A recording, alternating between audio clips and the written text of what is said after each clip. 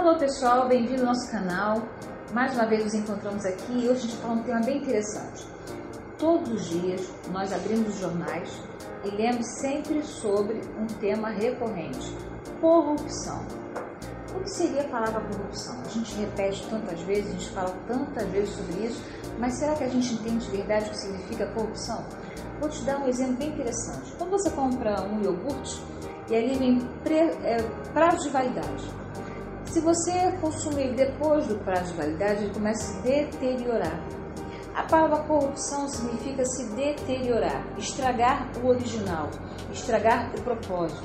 Então, toda vez que há um ato de corrupção, é sinal de que um ato original foi corrompido, ou foi estragado, ou perdeu a sua intenção.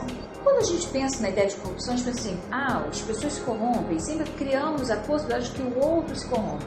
Vamos pensar o que leva alguém a estragar o propósito, o que leva alguém a se corromper. Bem, segundo Platão, discípulo de Sócrates, um filósofo bastante conhecido, aliás, um dos maiores filósofos da história da filosofia grega, ele dizia o seguinte: ele cria uma metáfora bastante interessante para você entender sobre corrupção. Ele dizia que nós podemos considerar que a vida é como se fosse uma biga, a biga seria uma charrete conduzida por um homem e que essa biga seria conduzida por 2 cavalos alados, um intrépido, forte, desejoso pelas paixões, pelos seus desejos imediatos, e o outro cavalo alado, austero, mais racional, menos impetuoso. E qual seria o grande desafio do condutor da biga? Seria fazer com que esses cavalos não seguissem em direções opostas, porque senão a biga partiria ao meio, ou seja, a charrete partiria ao meio. Todos nós temos tendência a nos corromper. O que acontece é que qual o cavalo que vai correr mais? Qual aquele que vai se sobrepor? E pensando nisso, Freud também tinha uma definição sobre consciência moral e civilização. Ele dizia o seguinte: quando o direito da comunidade se sobrepõe a do indivíduo, aí teremos sim uma civilização. E o que tem a ver civilização com corrupção? Uma sociedade em que a civilização chegou no estágio em que a preocupação com a comunidade se sobrepõe do indivíduo é uma sociedade que se corrompe menos. Por quê? A corrupção é estragar o propósito. Eu preciso levar a construção de um grande estádio ou de uma grande escola, um dinheiro para merenda, e eu, em vez de levar esse recurso para essa função, para esse propósito, eu estrago o propósito, então eu estou me corrompendo.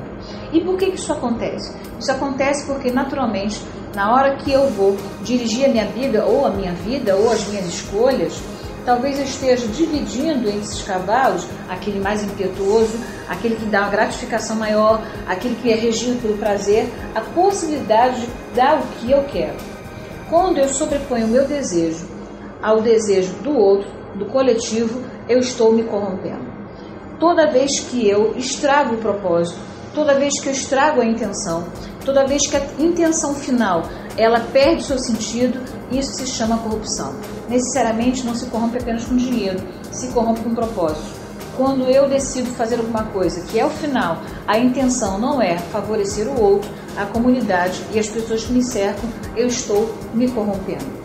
A corrupção tem um propósito muito interessante: estragar a intenção original, ou seja, eu não sou levada a fazer porque o propósito vai edificar o social, o outro, aquele que me cerca, mas a mim mesmo. Toda vez que eu coloco os meus desejos, as minhas gratificações, os meus interesses acima dos outros, eu estou me corrompendo. Isso significa corrupção, estragar o propósito. Aprendeu? Gostou? Entendeu? Dá um like no nosso canal, compartilhe com as pessoas e nos encontramos na próxima quarta-feira com esse assunto novamente. Por que as pessoas se corrompem? Essa é uma boa pergunta e exige muita